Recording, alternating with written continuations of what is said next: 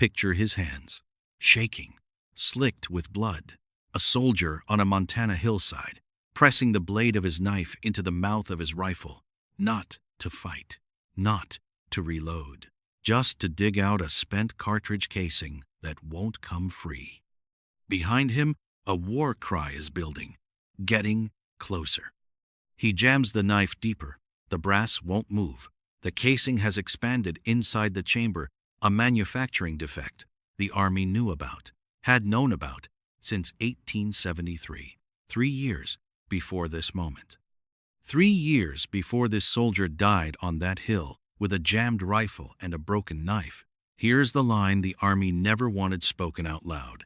They didn't just lose a battle at the Little Bighorn, they lost a secret they had been keeping since 1873. And somewhere in that valley, in the pocket of a dead lieutenant colonel, there was a small, leather-bound notebook. It vanished into the War Department archives within weeks of the battle. It has never been fully accounted for. That notebook is where this story ends. But to understand why it disappeared, you need to understand what it contained. And to understand that, you need to go back to the moment the United States Army made a decision that traded 268 lives for a budget surplus. The 25th of June, 1876. The Little Bighorn River, southern Montana. The official story goes like this. Custer was bold, brilliant, and fatally reckless. He split his command. He underestimated the enemy. He died gloriously, outnumbered and overwhelmed, in a valiant last stand. That story was written by men who were not there. Here is the ballistic reality, the version the Army buried in internal reports. In 1873, the Army adopted the Springfield Model 1873 carbine as the standard issue weapon for all cavalry units. Single shot, manual reload, one cartridge at a time. At the same time, Winchester was producing a repeating rifle that fired 15 rounds without reloading. The Army evaluated the Winchester. The evaluation wasn't even close. It was faster, more reliable, and better suited to mobile cavalry engagements. They rejected it anyway.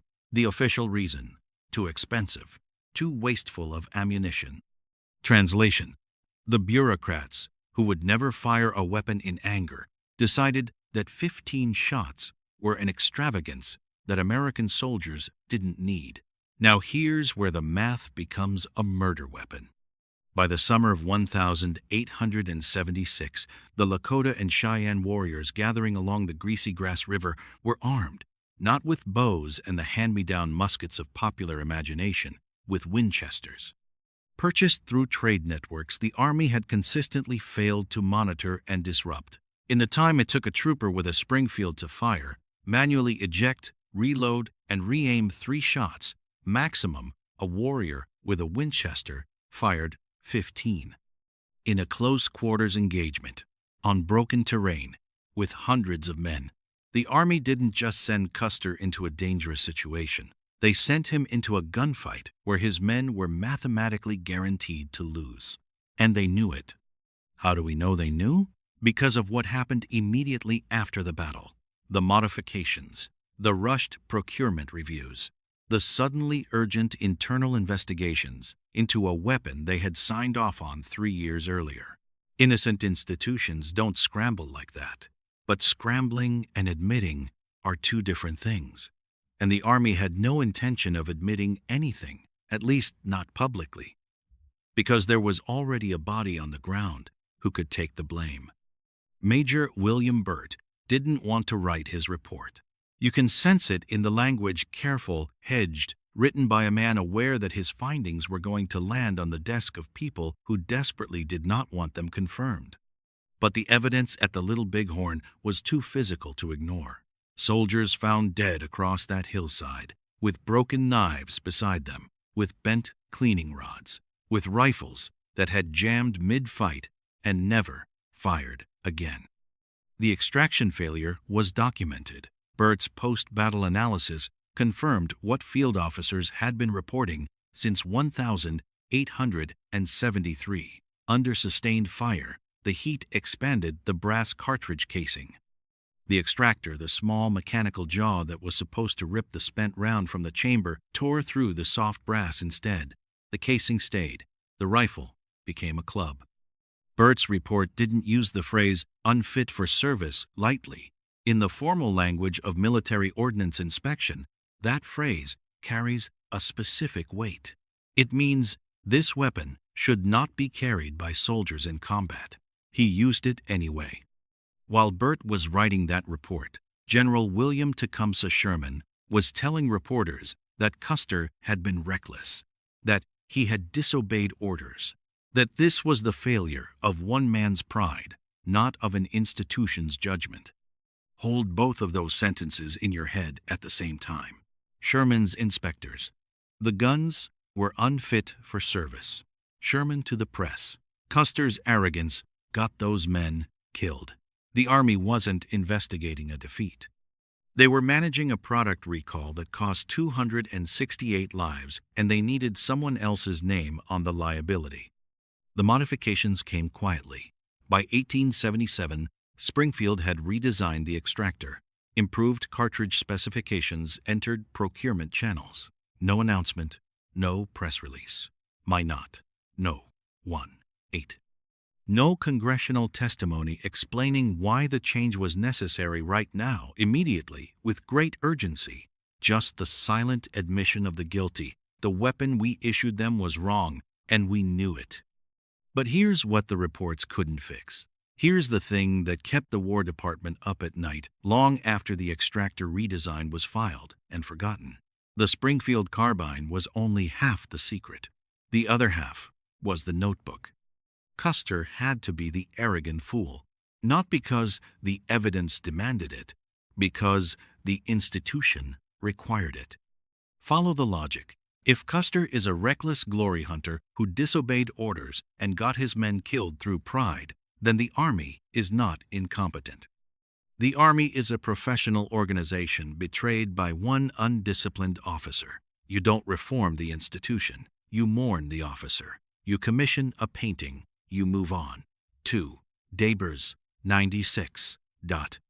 But if the Army issued defective weapons, failed to monitor enemy armament, and budgeted for a level of equipment that guaranteed casualties in any sustained engagement, then every death at the Little Bighorn is on a desk somewhere in Washington on a procurement form. On a cost-benefit analysis with a dollar figure where 268 men used to be, that version of the story requires accountability. The scapegoat version requires a grave and a legend. So they built both. The leather-bound notebook recovered from Custer's body was inventoried in the immediate aftermath of the battle. It appears in early casualty and effects records. Officers handling the scene referenced it in correspondence obliquely, carefully, in the way men reference things they have been told to handle with discretion. Researchers who later worked through War Department archives found the references. They did not find the notebook. Here is what we know Custer was tracking in the weeks before the battle: supply shortfalls, ammunition concerns, the condition of horses, and the readiness or lack thereof of the 7th Cavalry's equipment. A man as vain and combative as Custer, who had already publicly feuded with President Grant's administration over military corruption, who had testified before Congress about fraudulent Army contracts that man kept records. The notebook wasn't just a journal. It was a paper trail that led directly from the bodies on that hillside back to the offices of men who were, at that exact moment, telling the press it was all Custer's fault. The disappearance of that notebook isn't a mystery. It's a confession. And while the confession was being buried, the myth was being manufactured with industrial efficiency. The Anheuser-Busch Brewing Company distributed reproductions of Cassily Adams's painting Custer's Last Fight to over 150,000 saloons across America. It wasn't advertising. It was architecture. The image of Custer, standing tall, saber raised, nobly dying among fallen men, plastered on tavern walls, from Maine to California. That painting showed Custer with a saber. His regiment had left their sabers behind before the battle to avoid the noise. The army knew. Anheuser-Busch knew. Nobody corrected it. Because the saber made for a better story. Because the story was the point. Because if enough Americans saw enough copies of that painting in enough bars over enough years, the other version, the Springfield carbine version, the broken knife version, the notebook version, would never find an audience. It was not a tribute to Custer. It was a psychological operation against the American public. The Army modernized after the Little Bighorn. Fast, urgently, with the specific energy of an institution that has been genuinely, deeply frightened. New weapons, new tactics, a revised understanding of the people they had spent 30 years dismissing. The changes came because the battle had demonstrated something the Army could not afford to say plainly. Superior civilization does not guarantee military victory. If you don't want history served as propaganda, hit subscribe. That sounds obvious now. It didn't then. In 1876, Manifest Destiny wasn't just a political slogan. It was the operating system of American expansion.